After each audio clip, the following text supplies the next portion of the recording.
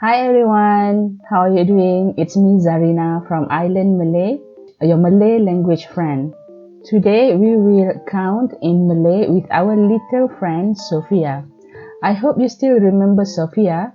She's the little friend who speaks Spanish as her native language, and we have actually recorded a 1 minute or about 1 minute of Malay conversation previously.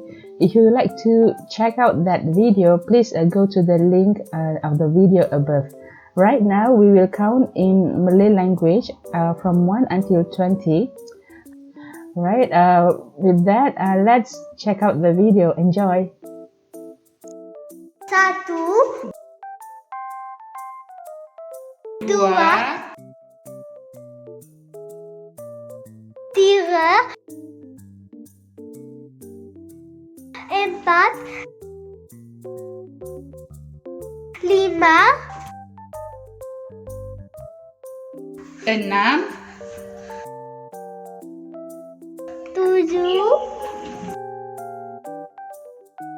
5,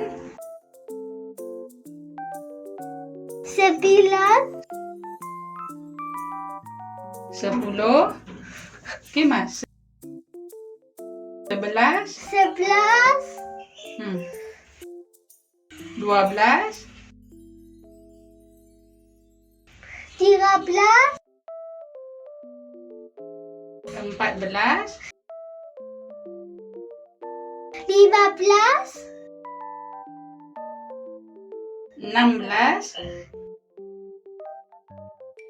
12, 13, 14, 15, 16,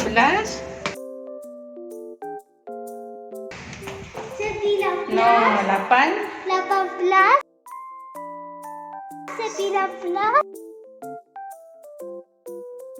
19, 2, 20, 10. Qué bien, mashallah.